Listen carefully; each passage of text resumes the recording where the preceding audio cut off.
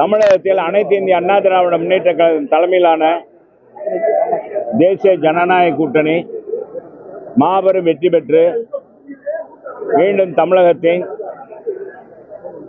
மாபெரும் முதலமைச்சராக, தமிழக மக்களுடைய நம்பிக்கையை பெற்ற ஒரு முதலமைச்சராக, தமிழக மக்களுடைய தேவைகளை நிறைவேற்றக்கூடியவராக, தமிழகத்தில் சிறப்பான சட்ட ஒழுங்கு, அமைதியான மாநிலம், விலைவாசி குறைத்தல், போதையில்லா தமிழ்நாடு என்று தமிழகத்தை முன்னெடுத்து செல்லக்கூடிய, தமிழகத்துக்கு வளர்ச்சி பணியை கொடுக்கக்கூடிய புரட்சி தமிழர் எடப்பாடியார் அவருடைய தலைமையில் மீண்டும் அண்ணா திராவிட முன்னேற்ற கழகம் ஆட்சி வந்து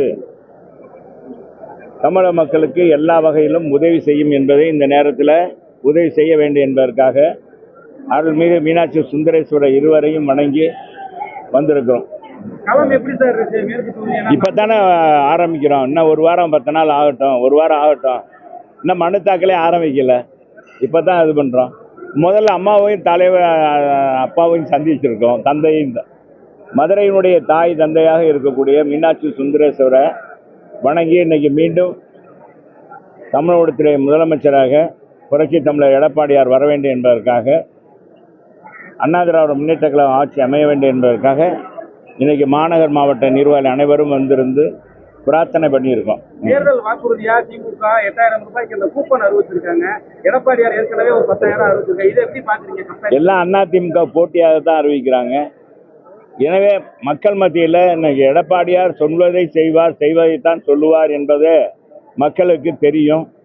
எனவே மாண்புமிகு முதலமைச்சர் எடப்பாடியார் அவர்கள் மீண்டும் தமிழகத்தில் வெற்றி பலம் வருவார் என்பதற்கு அவருடைய தேர்தல் அறிக்கையே மிகப்பெரிய வெற்றி பெற்றிருக்கிறது. அதுதான் கதாநாயகனாக இன்னைக்கு தமிழக தேர்தல் அறிக்கையில் யார் எப்படிப்பட்ட தேர்தல் அறிக்கை கொடுத்தாலும் அதெல்லாம் தோல்வி வரும். அனைத்து இந்திய அண்ணா திராவிட முன்னேற்ற கழகத்தின் தலைமை அமைந்திருக்க தேசிய ஜனநாயக கூட்டணி மாபெரும் வெற்றி பெறும். அதற்கு அண்ணன் புரட்சி தமிழர் எடப்பாடியார் அவர்கள் ஹீரோவாக தமிழகத்தில் வருவார். அவருடைய தேர்தல் அறிக்கையை ஏற்கனவே மக்கள் மத்தியில் கொண்டு சென்று விட்டாகிவிட்டது. மக்கள் அனைவரும் ஒழுமுகமாக வரவேற்கிறார்கள். பாலாஜி இப்ப சொல்லியிருக்காரு, எங்க கான்வென்ஷனுக்கு வந்தாரு. மேற்கு தொகுதியில வந்து நாங்க எல்லா 150 குடியிருப்பு சங்கங்களையும் சந்திச்சு ஏற்கனவே அமைச்சர் பேசியிருக்கிறாரு. அதனால ஓட்டு எங்களுக்கு தான் விழுகும், நாங்க தான் ஜெயிப்போம் அப்படின்றாரு. ஒவ்வொரு வேட்பாளரும் அவர்களுடைய கருத்துக்களை வலியுறுத்துவது வழக்கமான ஒன்று. அவர்களுக்கு வெற்றி வாய்ப்பு இருக்குன்னு சொல்லுவது வழக்கமான ஒன்று. அந்த வகையில் தம்பி சொல்லியிருப்பார். எனவே அது மக்கள் தான் எஜமானர்கள், மக்கள் பார்த்து முடிவெடுப்பார். மேற்கு தொகுதியில் உங்களுக்கான வெற்றி வாய்ப்பு